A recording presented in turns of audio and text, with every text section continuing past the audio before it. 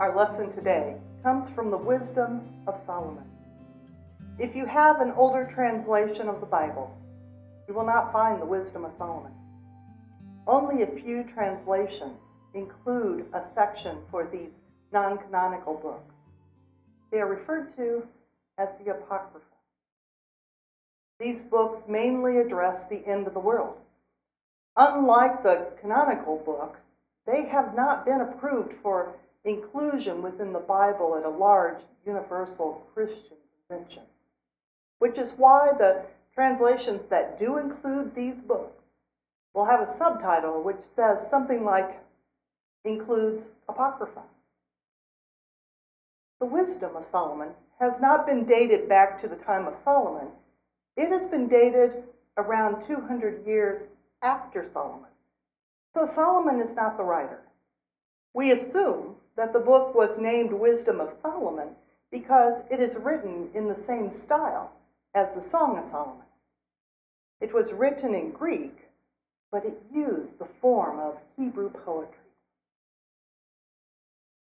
Her wisdom is more mobile than any motion. Because of her pureness, she pervades and penetrates all things, for she is a breath of the power of God. When I was around 15 years old, I was helping my older brother John pick cherries. All of the cherries on the lower branches had been picked, so we were working from ladders to get the last of the cherries. I was fearless at 15 and was standing on the rung just under the very top of the ladder and reaching for cherries. You see, it was time to move the ladder, but I was convinced I could reach this one bunch of cherries before I had to climb all the way down and move the ladder. And I reached for these tender cherries, and something unexpected happened. The ladder broke. And I searched for a branch to hold on to, but all I found were twigs as I fell from the 12 feet of this ladder, landing on my back, standing on the ladder. When I came to consciousness, it was dark and I wasn't getting any breath in. I tried to sit up, but my body wasn't cooperating, putting me into a rocking motion as I tried to command my body to breathe. Finally, after what seemed like hours to me, but truly was only a split second, I got that first breath in, and I sat up. Almost immediately, the world started spinning, and I felt myself falling back again. I was passing out, but it was okay. I had breathed in God and my family, and perhaps breathed in the source of what was myself. And I passed out, knowing that I was going to be okay. We don't realize how valuable our breath is, so we can't take one. The air we breathe is a miracle in itself. Much like the argument of which came first, the chicken or the egg, we could say the same of oxygen and carbon dioxide.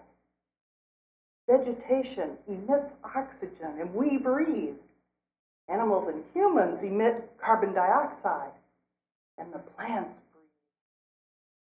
Air becomes the largest successfully recycled substance of the world. Yet we take it for granted, unless we are having trouble breathing. The very action of breathing joins us together, regardless of race, regardless of sexual orientation or gender identity, age, religion, ability, or economic status.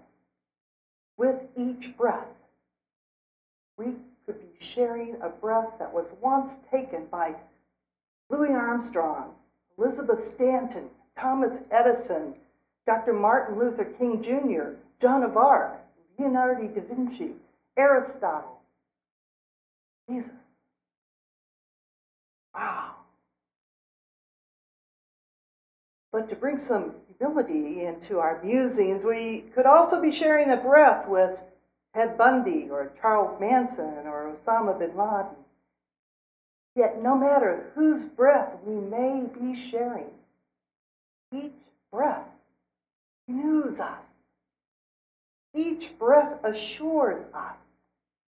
Each breath is another chance, another opportunity, a moment of grace given freely to each and every one of us. Within each breath, we know life and death. We cannot sustain our life by only breathing in. We must breathe out in order to live.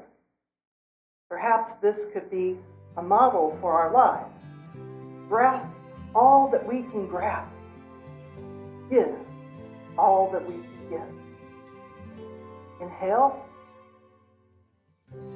Exhale. See. Give.